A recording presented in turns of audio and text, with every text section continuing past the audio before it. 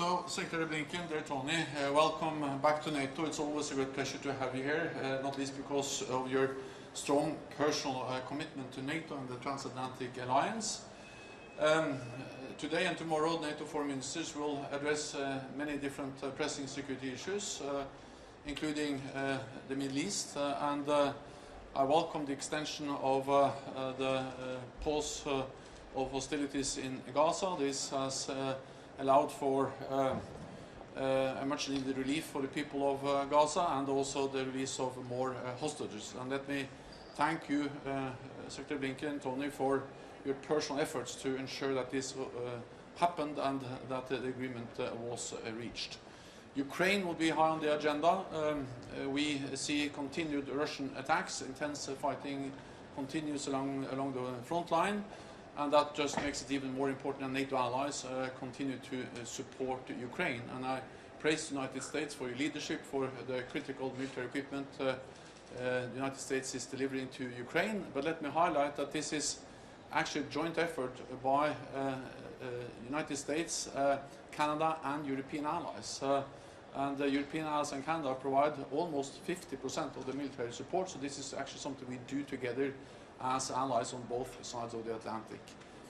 We will address China, the Western Balkans, and also how to work to ensure stability in our southern neighborhood.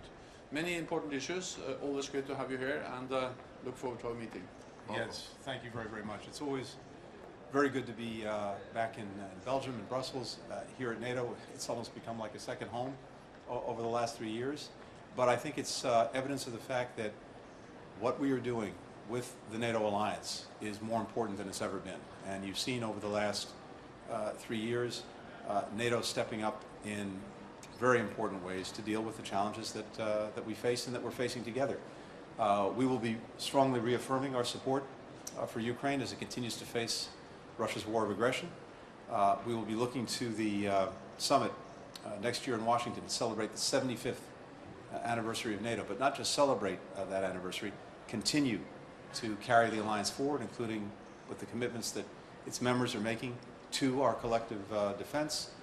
We have a lot of work that we'll be doing, as you said, as well, on the Western Balkans, with our partners for NATO from around the world, including the Asia Pacific.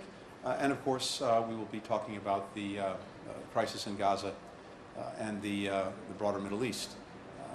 Like you, Jens, I am very pleased to see hostages returning home, coming back to be with their loved ones. And we're determined to continue that for as long as possible, to bring as many people home as we possibly can. And that continues. So we have a lot on the agenda, but I have to say this. Everything that we've been able to do with the NATO alliance over the last few years, strengthening the alliance, making it fit for purpose for the challenges that we're going to be facing in the years ahead, dealing with the Russian aggression against Ukraine, so many other things. None of that would have happened without the leadership of Jens Stoltenberg. We are grateful to you, grateful for that extraordinary leadership at a moment where it counted more than ever.